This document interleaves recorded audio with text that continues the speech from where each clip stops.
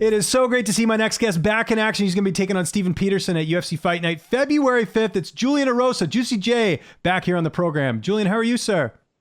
Oh, I'm doing fantastic, James. Thanks for having me on again. It's always good to talk to you, man. I mentioned it's been a bit. We haven't seen you since August. I know you said you had plenty of notice for this fight, but any particular reason you couldn't get one more in? Because I'm sure you wanted to fight before the end of the year. Yeah, I think there's just more of like a UFC scheduling thing. I think the UFC was booking out so far. Even before the Jourdain fight, I was trying to get a fight, and it just seemed like the fights were booking out, and I didn't think that unless it was a short notice fight that I was going to be able to get something scheduled within the year. And so luckily I was able to get that Jourdain fight because I really wanted one more fight, and that was that fight before the year was up. And then I was thinking, well, holy crap, maybe I can fit another one in. But like I said, I think it's just a scheduling issue, and the UFC's been booking out so far that my manager called me about the Steven Peterson fight and said, yeah, but it's going to be in February 5th. And I was like, well, it was an opponent that I was, looking forward to fighting. But it was a bit further out than I wanted to, but I was willing to accept those terms. And so, the hardest part about that is just, keeping yourself like chill for a couple of months before you really dive into fight camp. Yeah, no, that makes sense for sure. You've been on a roll. I think we talked right after that win over Jourdain, and you've won, I think, 4 of your last 5. What would you say has been the biggest difference in this sort of resurgence in your career? Because you're getting it done, man. And that win over Jourdain, that was a really quality victory. Oh yeah, for sure. Thank you so much. I think for me, it's been a little bit more of being, patient in and outside the fighting. Before it was like I was just willing to throw caution to the wind and just try to push something that maybe wasn't going in that direction at first. You gotta let the fight come to you. There's 15 minutes, and some of those losses that I took early on in the UFC, were within a couple of minutes, getting knocked out.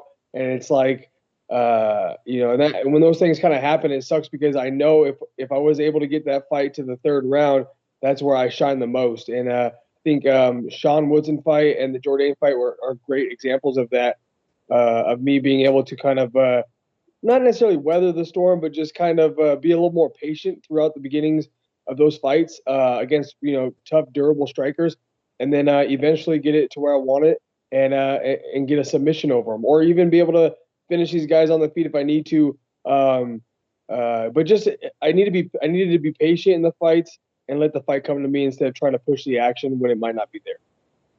Yeah, makes sense. And again, another big fight here against Peterson. Before we get into that, I don't know how close you guys were, but what did you make of Juliana Pena winning the UFC title, Pacific Northwest, or getting it done? Yeah, I've known Juliana Pena for a long time. I'm not like really good friends with her, but I'm acquaintances of her, and I know a lot of people who do know her. It's a small circle up in the PNW. Everybody knows everybody, and I knew that fight coming out that she was a huge underdog, more than she should have been if you really knew who she was and how hard she trains and how tough and durable she is. And so I wasn't as surprised as a lot of maybe just avid fans are that don't know who she is. Everybody thinks the Lioness is unbeatable, but Pena showed that she was her toughness, her durability, and her heart and her willingness to go push it as hard as she could kind of shine through. And it'll be interesting to see what Amanda Nunes does on the rematch. I'm assuming they're going to have a rematch if it's not already scheduled, but I'm really interested to know what she's going to do to try to adjust to Pena's pressure and her ability to just kind of persevere. Let's talk about Steven Peterson. He's got a 19-9 record, another vet like yourself. How do you feel like you match up against him here? I think I match up very well against Peterson. I think Peterson thinks that his advantage is going to be pushing the pace and cardio and conditioning and trying to wear on me. But I actually think that's where I shine the most. I think I can wear on guys. I'm a bit sizable against a guy like Peterson. I know Peterson used to fight at 35. And I don't know what that is, if it's like weight management or whatever the situation is. But I know he missed weight last fight too. And I know he's not a big guy. So for him to miss weight just shows maybe a little bit of laziness on his part. But I'm not going to put nothing past him.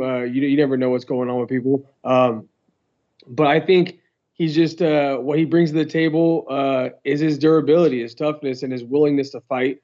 And I got to definitely pick my spots and be patient in that fight. This is going to be the another fight where I need to be patient, because if you want to get, you don't want to get into a brawl with a brawler. And I feel like he's kind of a brawler, and I'm a bit cleaner in my technique, I think. And so as the fight progresses, I think I can just stay on the outside and really kind of pick them apart. But a fight unfolds the way it unfolds, and I think if I just be patient with it, it'll come to me. Training camp, who have you been mainly working with heading into this fight as far as bodies in the gym? Who's helping you get ready for this one? I have, just kind of the usual guys that I train with on a regular basis. But one of my main training partners for this fight is my buddy George Alcala from the Northwest. I know. I was at it. Yeah, called his fight. You remember this on the Rise card in Canada, if you remember. I know George quite well. Watch out, man. That's okay. Yeah. So George, he's a tad bit shorter than Peterson, but honestly, in my opinion, I think the sparring rounds and the grappling rounds that I get with George are tougher than Peterson. I think George could go in there and probably beat Peterson as well. So having a guy like George, me and him push each other so well because we know each other so well. So it's not like I'm sparring random dudes that don't know my little tricks. I'm sparring a guy in George that knows my little tricks. So I really have to layer things in there, and I have to make things happen with George. He's tough, durable. His cardio is through the roof. And I think he outshines Peterson in every aspect of MMA. So being able to work with him on a weekly basis or on a daily basis, honestly, has been very helpful. And he's been my road dog from day one. It's always nice to have a guy, kind of coming up with you that you trust, and not only just trust as a friend, but trust as a training partner, because it's so hard. Some of these guys, that you're training with, if you haven't trained with them before, they might be a bit spazzy. They might not care about your well-being if you have a fight coming up. But George understands that, this is an important fight for me, and he's willing to, set time away from what he's doing to help me out. Yeah, no, totally understand. I know a couple of years ago, he was doing the Uber driving. He told me he was the self-proclaimed best Uber driver in Vegas. Is he still doing that anymore? I know with COVID, it's been a little difficult. Well, I think he was being a little over dramatic about being the number one Uber driver at that point. But all jokes aside, he was doing Uber quite a bit, but he just had a kid. I saw that. Yeah. 4 months ago. So he's really busy doing that, and kind of being a stay-at-home dad, and getting as much training in as he possibly can while taking care of a newborn. Absolutely. And you're taking care of the dog there. I got to commend you on the multitasking. I know it's tough with a pet. It's all good by me though. I love animals. It's all good by me. What's his name or her name? Her name is Roxy. She's a Maltese-poo, so she's Maltese poodle mix. But her mom, my wife, is gone away in Mexico for a week, and so just me and her, and she just she gets these spurts of energy. I think it's the poodle in her. She's a bit aggressive, but she has her ups and downs. How's your weight cut going? I still think you're one of the biggest guys in the division. I mean, you're huge, man. I don't know how you make the weight. I think there's definitely a handful of guys. Zabit is a big guy. Shane Burgos is a big guy. Barbosa is a big guy. There's a handful of big guys like that, and I think I'm one of them as well. Sean Woodson was one of, just based on height, he's one of the biggest featherweights out there as well. But my weight's good. I woke up 20 pounds over, which sounds like a lot of weight to most people, but when I'm around the 166 pounds, I know that the weight is manageable and doable at this point. When I fought Choi, I was about this 2 weeks out. So and I was happy about it. I woke up 20 pounds over and was pumped about it, 2 weeks before that fight. And I've been waking up 66, 4 weeks out of my fight. So it's been nice. I've been able to manage the weight a little bit better this go around. Honestly, it's just about that self-discipline. It's about because once you make featherweight so many times, even the size that I am, if you've done it so many times, you're just like, all right, I'll be able to do it. I can have the extra this or that. I can have, I can eat an extra slice of pizza, a month out, because I'll eventually get it off. And for me, having that in my mind has made me a bit lazy, not lazy, but just less disciplined on what I'm eating, 3, 4, 5 weeks out. So what I did this time was go back to, the old school way of, making sure my diet was 100% all the way through, because at the end, it's going to make it the easiest. And my weight's been really great right now. And I hope that helps me out, the day before weigh-ins or the week leading up to the weigh-ins. But the problem with me is that it doesn't matter any of the preparation that I do. It's always the last 2 or 3 pounds that are the hardest, just because I think physiologically my body being 6'1", I can't take away bone. So, I don't have much fat on me as it is. So, once you start getting to those, I think my body just does not like to be anywhere under 150 pounds. So, but luckily, I just only have to do it for about an hour. Make the weight, hop on there, and start rehydrating and be good. So, but I've been doing this for a long time, so I know how it feels. I know the speed bumps that come along with the weight cuts, and I know how to manage those. Who's going to be in your corner for this fight? George will be in my corner. Casey Halstead, Eddie Baracco, the usual suspects.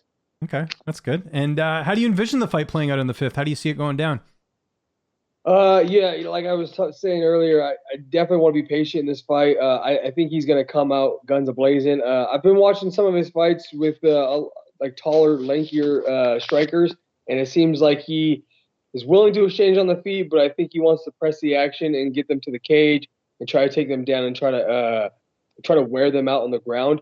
But the problem that he's going to have is, I train with some of the best grapplers, some of the best wrestlers, and if you're a 35-pounder, unless you're Aljamain Sterling or some of the top dudes at 135, you're not going to be able to get me to the ground. I'm just too hard to take down against the cage, and too long and lanky, and just my balance is too good. I'm just too big of a guy, and so I think he's gonna end up finding that out with it in the fight. But you never know until you fight somebody. So. He could be taking down all his training partners all he wants. But when he gets in there with me, it's going to be a difficult task for him. So I feel like he's going to press the action, try to take me down and try to wear me out, but he's going to get kind of stuck there. And then, I'm going to turn him around and try to just really keep the range with him and outstrike him and pick him apart from the outside. Can't remember if I asked you this in the last interview, but do you know how many more fights you have left on your contract? Because you've been in the UFC for a bit now. Yeah. So I played out 3 fights. So I got in a 4-fight contract when I fought Sean Woodson on short notice. And I've done 3 of them. I did the Sean Woodson, the Nate Landwehr, and the Choi fight. And then I only had one more fight on my contract, but there wasn't really any talk about negotiations. And that was the whole idea behind taking the Jourdain fight on short notice, was they were also giving me a new contract with UFC. And that was the most awesome. So because if I could have said no to that fight and got something scheduled, then you just never know where you're at. You don't want to go out there, and even if you win on my 4th fight, I might not get another contract with the UFC. So one thing I learned, especially this last go around, is that when you're getting to your 1 fight on the contract left, or even 2 fights on the contract left, you want to start talking to your manager like, hey, what are my options, or what can we do? Do I need to take another short notice fight, or do I need to take a fight? Like, do I need to fight a guy that nobody wants to fight because I need to get it, to get another contract with UFC? Do I need to do something for them so they can help me out with getting a new contract? So that's one thing. That was a big motivation on my part, taking that fight. And they also were going to offer me more money as well, starting out on this contract. And so I took that fight, and that's only 1 fight on this new 4-fight contract. So now I have 3 fights left on that. But you never know, you might be able to, you might do another short notice fight, and they're like, all right, we're going to start you off on another new contract. With the UFC, it's always like kind of optional on their end with these contracts. And so honestly, for me, it's just happy to be here and happy to have a new contract and starting it off right. I'm 1-0 on this this new 4-fight contract. So I'm hoping to keep that ball rolling and be able to, in a couple more fights, renegotiate for another contract. You mentioned earlier your girl's in Mexico. Were you going to go on that trip and then you just had this fight, or what happened there? No. So a couple years back, my wife's aunt, she did like an all girls trip to Mexico. She, she's really successful in what she does, and she's a businesswoman, and she took everybody there, all expenses paid, a couple years back, and then they wanted to do it again. she told everybody, hey, this time I can't, pay for all the expenses, but if you guys want to come join me again, we're going to do it again. And it's just an all girls trip. It's like, I think the first time was like 12 or 13 girls from her side of the family. Oh, And wow. then this time I think it ended up being like close to 10. I think I know with COVID, it was a bit more difficult for some people, and some people didn't feel as comfortable going off to Mexico again because I think if you get stuck over in Mexico with COVID, you have to do the quarantine there or whatever, and so that can be kind of a headache, I think. But yeah, so she went over there for a week, and she was going to do that regardless without me. So she's out there having a good time, and honestly, for me, it's cool because I'm really just kind of stuck here in town, doing my day in and day out training, and I know she's having a good time. I miss her, but I'm doing what I need to be doing, and she's enjoying herself. So it's all good. She'll be back on Saturday anyway, so we'll see There her you then. go. Good stuff. Julian, thanks so much for doing this. Always a pleasure. Anyone you want to thank, any sponsors, any social media? I'll give you the last word. Yeah, obviously with the sponsorships, if you want to know that kind of stuff, just check my social medias out because I'll leave somebody out for sure. I want to thank all the fans, all my friends, all my family, everybody that all the haters too, because some of these guys they push your name because they don't like you, and so thanks to everybody watching, and pushing, and fans of UFC as well. But also, most importantly, I need to thank my management, Jason House, and Iridium Sports Agency, because without them, I want to be here. I want to have another contract with the UFC for sure in my mind. So always shout out to those guys. But if you want to reach out to me, it's the best way to do that is my Instagram, Julian_Erosa.